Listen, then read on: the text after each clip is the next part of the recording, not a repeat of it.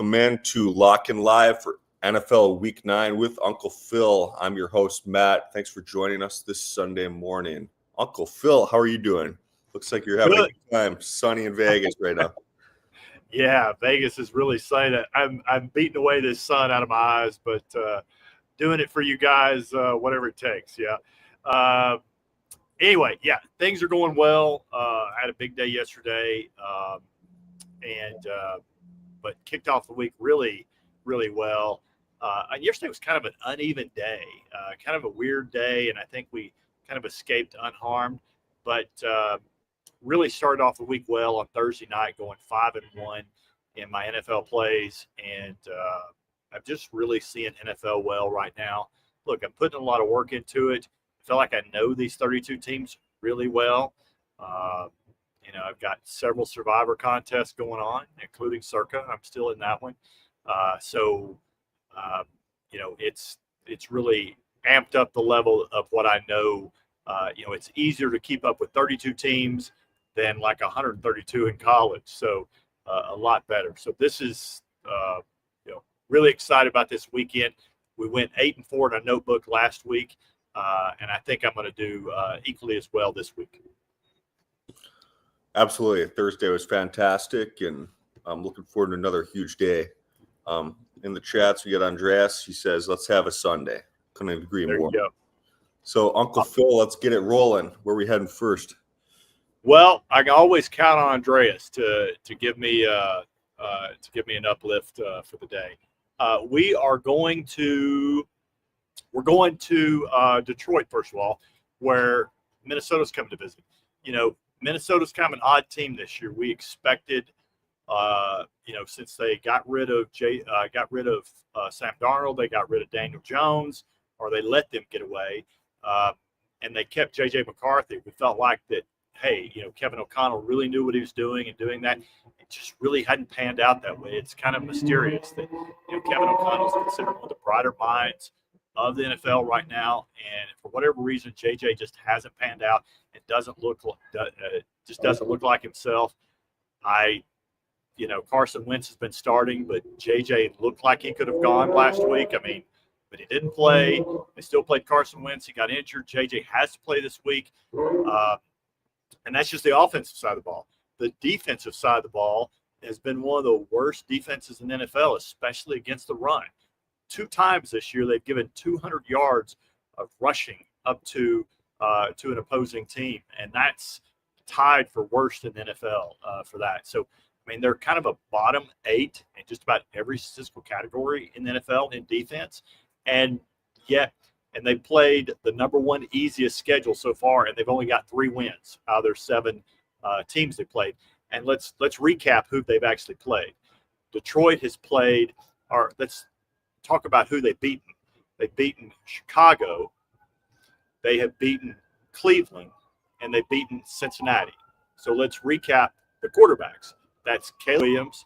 They've beaten Dylan Gabriel, and they've beaten Jake Browning.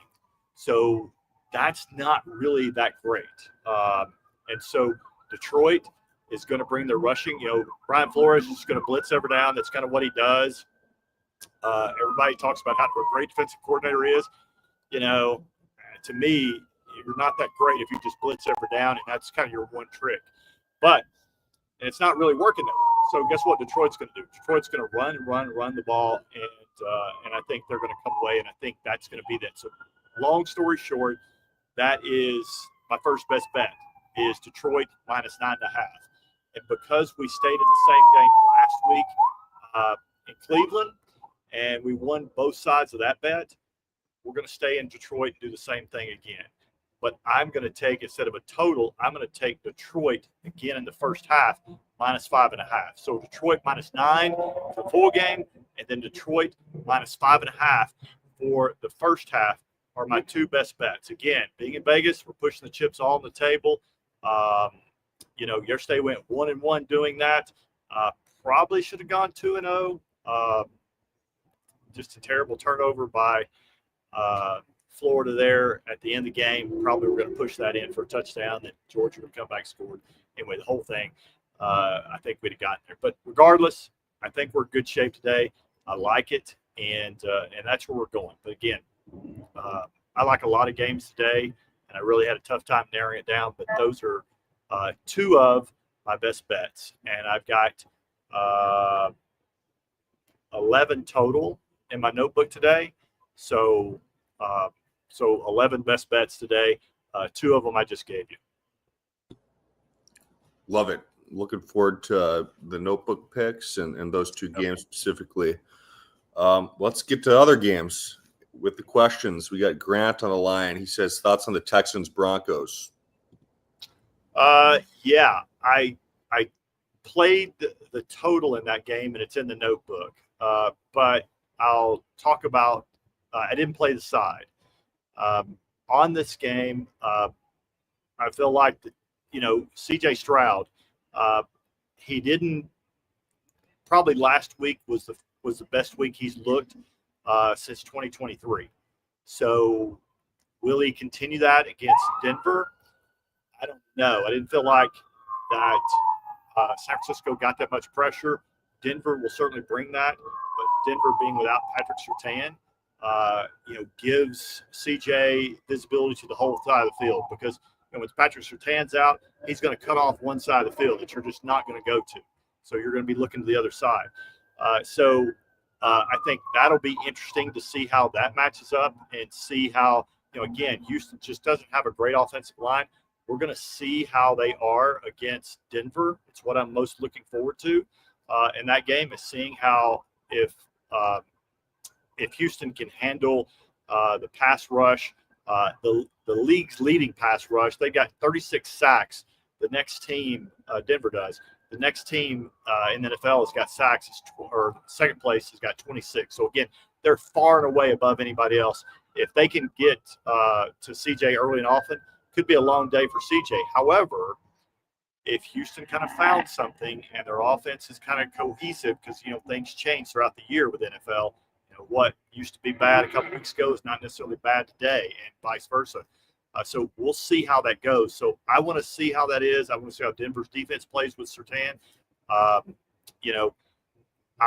kind of lean a little bit toward Houston, but I don't lean toward them enough. But I do like the total a lot in this game. And like I said, that's in the notebook.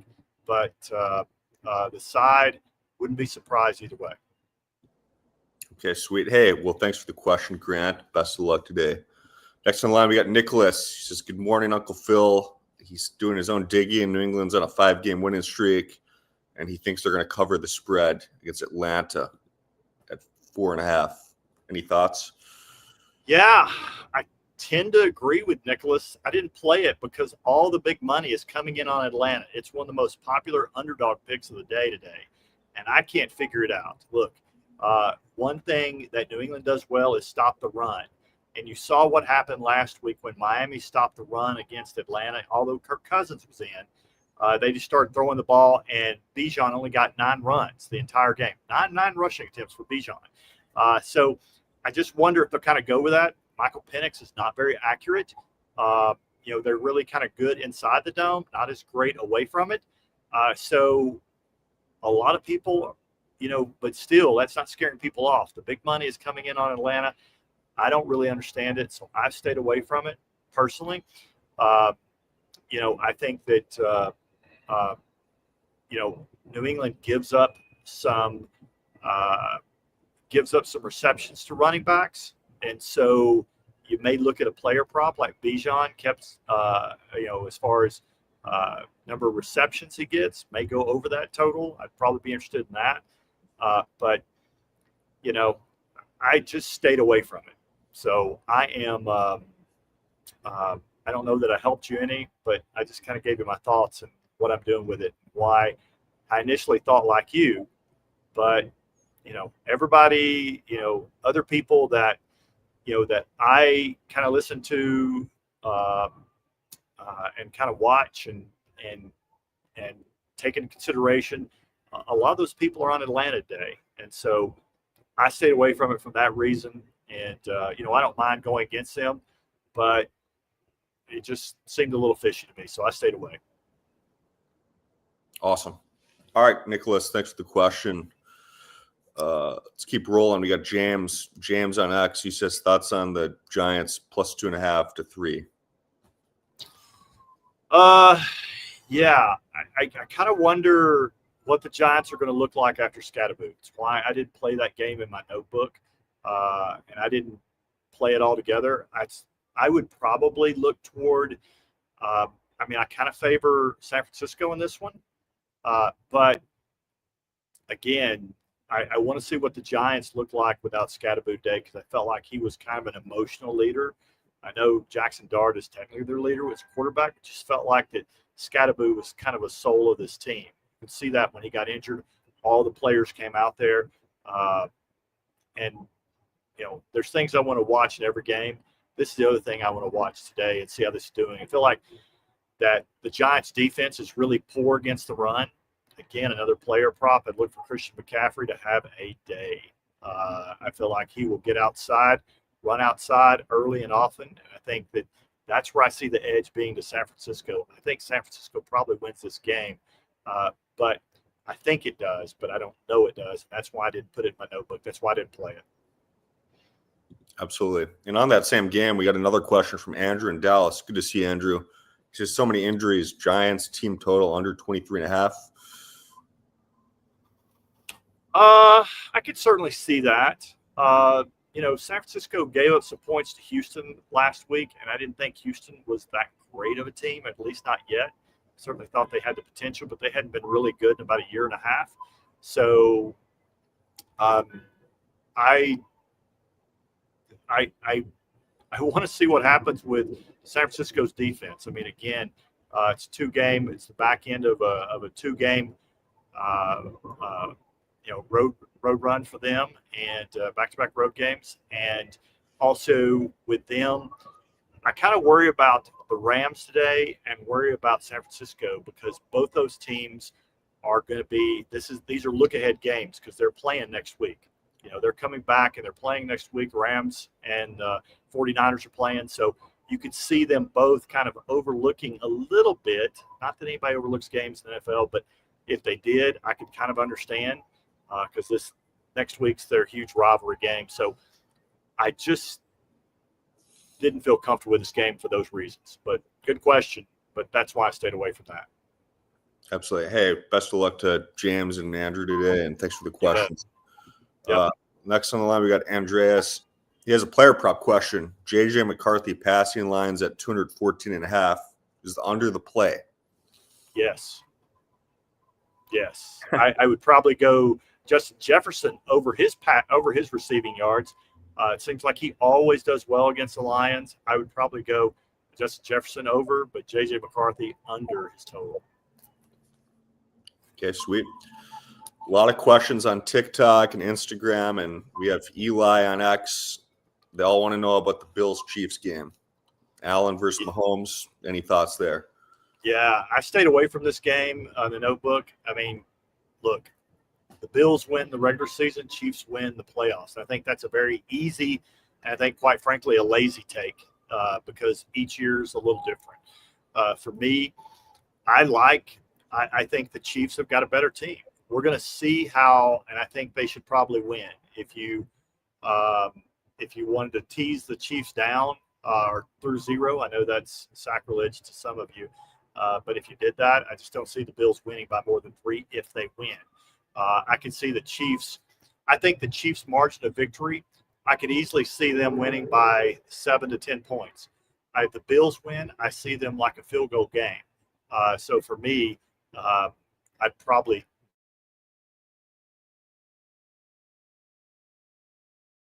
look at, even though I didn't as far as pick.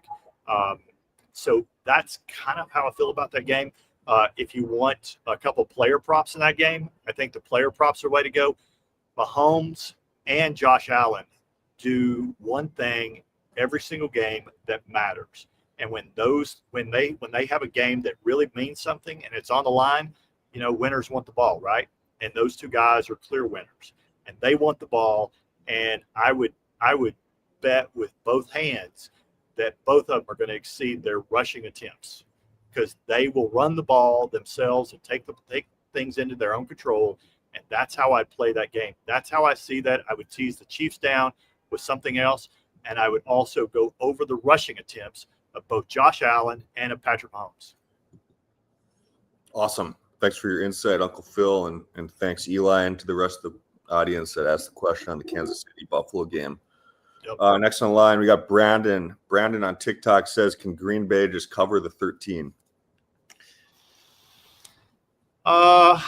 I worry about that game for Green Bay. I feel like that everybody saw I think everybody saw last week that Buffalo just crushed Carolina, and they're like, oh my gosh, Carolina got crushed at home with Andy Dalton, but they got crushed at home, and now they got to go to Green Bay. They got to go to Lambeau, and that's not going to end well. Well, I don't feel like that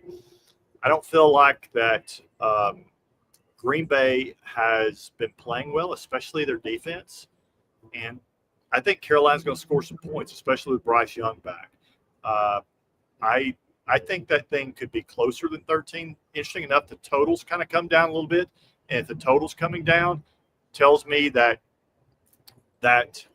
big money people are thinking that the teams aren't going to score as many points, and so if they're not going to score any points, the margin of victory tends to shrink as well. I initially had Carolina plus 13 in my notebook, and I took it off, but I kind of regret because I kind of lack some guts for not keeping it in there. But I kind of lean toward Carolina in this game plus 13, and I know you guys will just kill me for this later, but I wouldn't be surprised if Carolina wins the game today. I just think that's kind of the way the NFL works, and I wouldn't be surprised at all if Carolina wins outright today. That's more of my upset pick of the day than Atlanta beating New England. I just don't see New England getting beat by Atlanta today, but I could see Carolina beating Green Bay today. Definitely. Okay. Hey, well, thanks for the question there, Brandon, on the private message. Next on the line, we got Nicholas Boy again. He came back and he says, can the Colts, he's asking about the Colts-Pittsburgh game. Yeah, that one's in my notebook. Total, side, everything. I love that game. I'm sorry, brother. Just can't talk about that. It's in the notebook, though. But, hey, the notebook's very reasonably priced at $99. So if you want all that, it's in there. And I am doing really well in the notebook, especially in NFL. NFL, I've had 6 winning weekends, and I've had 2 losing weekends in the NFL in my notebook. So, if you want it, it's there. Promise, I'll give you my best every week. Absolutely. Andrew jumps back in. He says Carolina plus 600, spicy. Very spicy. I think it's worth a shot. Look, it may not hit, and it'll probably lose by 50 because I said that. But candidly, I think Carolina makes this really interesting today. And like I said, won't be surprised at all if Carolina wins that one outright. Right on. I think they match up better than a lot of people think they do. Sounds good. Andrew, another question just came in from him. He says, what's your circus selection this week? I know it's week 9. You're still alive. I mean, that's, what is it, 18 million? What's your pick, Uncle Phil? Yeah. Look, today I took a layup. I took the Rams versus New Orleans today as my circuit pick. So if the Ram gets gutted, if the Rams lose today, then the entire circuit gets gutted. There's probably about 100 people left because a lot of people are on the Rams today, and I'll go down with them. But they knocked out a few of my plays a few weeks ago when they mailed it in against San Francisco on Thursday night. So I'm putting my trust in them one more time. Let's hope that they don't screw me up. Most definitely. All right, let's do 1 or 2 more questions. We got Wayne Wani on X. Good to see you, Wayne Wani. He says Raiders plus 2.5 at home. I didn't play that one because, again, I have no guts. But Raiders is the play. I think there's a lot of people in Jacksonville, but it's kind of an odd deal. I mean, typically you would take the team that came off a bye and hey, they have a little bit of an edge. But both these teams are coming off a bye. Both Jacksonville and the Raiders are both coming off a bye, so you kind of cancel it out. You feel like you kind of got cheated a little bit on that since they pitted two teams together in NFL scheduling against each other coming off a bye. But I just kind of feel like Jacksonville's a little bit of fool's gold. Trevor Lawrence, once again, is one of the worst in NFL as far as completion percentage, and it's not helping because his receivers are dropping. Like they are either worst or second worst in NFL at dropping passes, especially Brian Thomas. So I don't get it. And the reason why Jacksonville has been doing so well is because they and the Chicago Bears have led the NFL in takeaways. And those things tend to kind of regress to the mean, and those things kind of come in bunches and kind of go away, and it's kind of a desert. It's kind of funny. We're in a desert now, and maybe they go away. And if those takeaways go away, you see a team like the Raiders actually win. So to me, I like the Raiders today, but again, I didn't play it because I have no guts, but thank you for shaming me. Hey, Wayne Wani, thanks for the question. Good to Great see question. you. Yeah, great question for sure. Uncle Phil, I know we're about just over an hour from kickoff. I know you've got to head over to the book, get all set up. Any final thoughts before we part? No, I just think we're going to have a good day today. I mean, look, favorites are covering at an unprecedented and historic level. Favorites for the entire year, not just last week. Last week wasn't an anomaly. I mean, everybody made a big deal about the favorites going 11-2 last week, but the favorites this year are 60% against the spread. I mean, you can just blindly pick against that, and you're 60%. And the overs, because of the new kickoff rule that are getting people out to at least the 30-yard line and somewhere between the 30 and midfield, that the overs are also covering, and they're at about 56%. So, I don't feel like that's going away until some worse weather is coming in. So I've gotten burned on a few underdogs when the favorites are hot. And I also feel like there's about 6 bad teams in the NFL this year, just like there kind of is every year in the NBA. And it's another reason why the favorites are covering in such a big way. Seems like there's only 1 or 2 bad teams this year or each year, but there's like 6 this year. So just the whole point is just don't outsmart yourself. If you think a favorite's going to cover, I've had to learn to start trying to bet some favorites this year just because of that's the way the NFL is going. It's an offensive league, and favorites are covering for a number of reasons. So again, just don't outsmart yourself. And if you see a favorite, take it. But there's still some money to be made on the other side as well. But guys, thanks for tuning in. Let's have a day. As always, guys, let's roll. Sounds good.